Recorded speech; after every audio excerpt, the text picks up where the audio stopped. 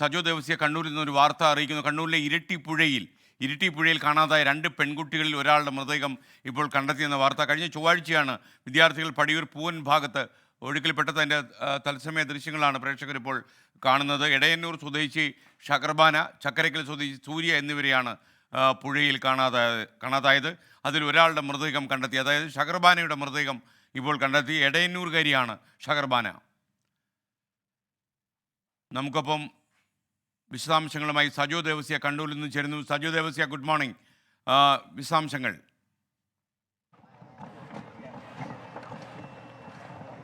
SKN, good morning. അതീവ ദുഃഖകരമായ സംഭവമാണ്. ഞാനിപ്പോൾ നിൽക്കുന്നത് പഴശ്ശി ജലാശയത്തിൻ്റെ ഭാഗമാണ്. അവിടെ പൂവംകടവ് എന്ന സ്ഥലത്താണ്. ഇവിടെ കഴിഞ്ഞ ചൊവ്വാഴ്ചയാണ് 2 വിദ്യാർത്ഥിനികളെ കാണാതായത്. ഇരിക്കൂർ സിഗ്ബ കോളേജിലെ സൈക്കോളജി ബിരുദ വിദ്യാർത്ഥികളായിരുന്നു. അവർ ഇവിടെ ഒരു സുഹൃത്തിൻ്റെ വീട്ടിൽ എത്തിയതാണ്. ആ ഘട്ടത്തിലാണ് അവർ ഈ പുഴയുടെ അരികിലേക്ക് ഇറങ്ങുകയും പിന്നീട് വെള്ളത്തിൽ ഒഴുക്കിൽപ്പെടുകയുമായിരുന്നു. കഴിഞ്ഞ ദിവസങ്ങളിലെല്ലാം ഇന്ന് തിരച്ചിൽ 3-ാം ദിനമാണ്. NDRFിൻ്റെ 30 അംഗ സംഘമുണ്ട്. ഫയർഫോഴ്സിൻ്റെ 5 യൂണിറ്റുകളുണ്ട്. ഈ തിരച്ചിലിനിടയിലാണ് എടയന്നൂർ സ്വദേശിനി ഷഹർബാനയുടെ മൃതദേഹം അല്പസമയം മുൻപ് കണ്ടെത്തിയത്. അതേസമയം ചക്കരക്കൽ സ്വദേശിനി സൂര്യയെ ഇതുവരെ കണ്ടെത്തിയിട്ടില്ല. കണ്ടെത്താനുള്ള തിരച്ചിൽ തുടരുകയാണ്. പടിയൂർ പഞ്ചായത്ത് പ്രസിഡന്റ് വി ഷംസുദ്ദീൻ നമ്മളോടൊപ്പം ചേരുകയാണ്. ഒരാളുടെ മൃതദേഹമാണ് കണ്ടെത്തിയത്. ഇപ്പോൾ ഒരാളുടെ മൃതദേഹമാണ് കണ്ടെത്തിയത്. ഷഹർബാൻ എന്ന് പറയുന്ന കുട്ടിയുടെ മൃതദേഹമാണ് കിട്ടിയത്. ഇനിയിപ്പോൾ ഒരാളും കൂടി കിട്ടാനുണ്ട്. ഇപ്പം തെരച്ചിൽ നടക്കുകയാണ്. നമുക്ക് ടീം NDRF സംഘവും ഫയർഫോഴ്സും NDRF ഇന്നലെ രാത്രിയോടെ എത്തി. ഇന്ന് രാവിലെ അവർ ഇറങ്ങി. ഫയർഫോഴ്സിൻ്റെ ടീമുണ്ട്.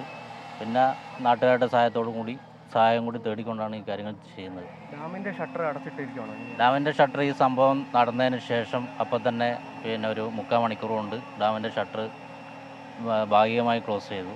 അപ്പോൾ അതിൻ്റെ ഭാഗമായി അടിയൊഴുക്ക് പരമാവധി കുറക്കാൻ നമുക്ക് പറ്റിയെന്നുള്ളതാണ്. ഈ ബോഡി കിട്ടിയ സ്ഥലമെല്ലാം കാണുമ്പോൾ അങ്ങനെയാണ് നമുക്ക് തോന്നുന്നത്.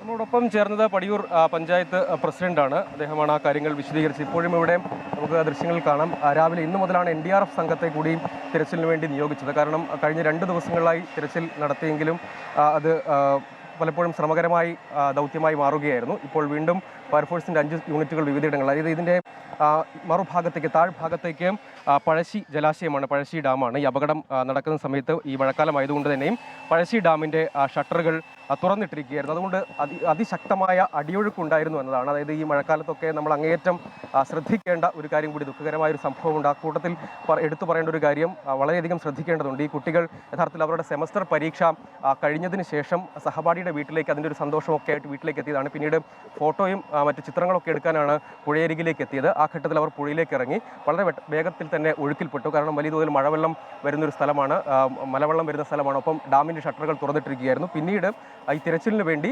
ഷട്ടർ അടച്ചു. ഈ ചക്കരക്കൽ സ്വദേശിനി സൂര്യയെ കണ്ടെത്താനുള്ള തിരച്ചിൽ ഏതായാലും ഊർജിതമായി തന്നെ ഇവിടെ പുരോഗമിക്കുകയാണ്. SK. Okay, thank you. Sajo ദേവസ്യാണ് വിവരങ്ങൾ നൽകിയത്. ലോകത്തെവിടെയായാലും ഏത് സമയത്തും 24 വാർത്തകളും ഓഗ്മെന്റഡ് റിയാലിറ്റി പാക്കേജുകളും എക്സ്പ്ലെയിനറുകളും വിശദമായി കാണാൻ ഞങ്ങളുടെ YouTube ചാനൽ നിങ്ങൾക്ക് സബ്സ്ക്രൈബ് ചെയ്യാം.